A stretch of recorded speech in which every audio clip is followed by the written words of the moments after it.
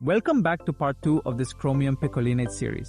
In part 1, we kept it very simple. Type 2 diabetes is mainly insulin resistance. Chromium Picolinate is not a miracle and not fake, and any benefit is small and always on top of proper treatment. If you haven't watched part 1 yet, start there and then come back here. In this quick deep dive, I'll put on my pharmacist brain and cover, in a few minutes, how chromium might work in the body, what studies actually show, and how I think about it in real practice. I'm pharmacist Ammar, and this is Medicine Wise by Ammar. Education only, not personal medical advice. Let's start with the mechanism in 1 minute. In type 2 diabetes, insulin binds to its receptor, but the signal inside the cell is weak. Fewer GLUT4 transporters reach the surface, so less glucose enters the cell and more stays in the blood. Chromium is thought to help in 3 ways. First, it supports insulin signaling and GLUT4. Lab data suggest chromium can slightly boost the insulin signal, so more GLUT4 gets to the cell surface. In simple words, it turns the insulin volume up a bit so cells hear it better.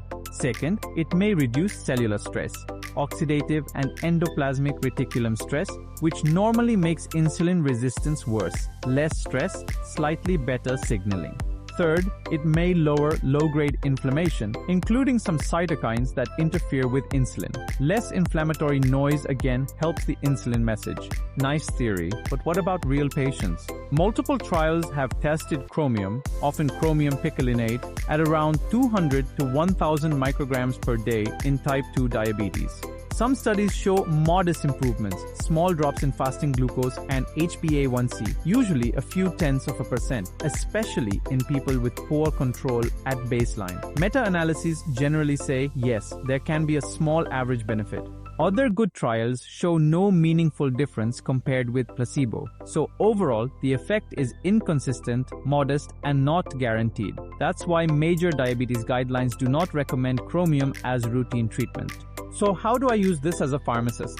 I describe chromium picolinate as a minor optional add-on, not a core therapy. It might give a small extra push for some motivated patients, but it does not replace metformin, SGLT2s, GLP-1s, insulin, or lifestyle. Safety in brief. At normal doses, it's usually well tolerated, but there are case reports of kidney and liver issues with high doses or long-term use, so I'm cautious in kidney or liver disease. And because it can slightly improve insulin sensitivity, it may increase the risk of low blood sugar if the patient is on insulin or sulfonylureas, so closer monitoring is needed. Now, the dosing and duration in one short block. Most research uses 200 to 1000 micrograms per day. In practice, if a doctor agrees to try it, I prefer starting low, 200 to 400 micrograms once daily with food, watching home glucose, and checking HbA1c at about 3 months. If there is a clear benefit and no problems, you can discuss continuing. If there is no meaningful change, it's simple. Stop it. No need to chase higher doses. So the professional takeaway is, chromium picolinate has plausible mechanisms and small, inconsistent clinical benefits in some people with type 2 diabetes. It can be a tiny extra tool in carefully selected patients, but never a replacement for proven treatments. If you like quick, honest deep dives like this, tell me in the comments which supplement or medicine you want next. And if your patients need the simple explanation, send them to part 1 of this series. For more clear, evidence-based medicine explained simply, subscribe to Medicine Wise by Ammar.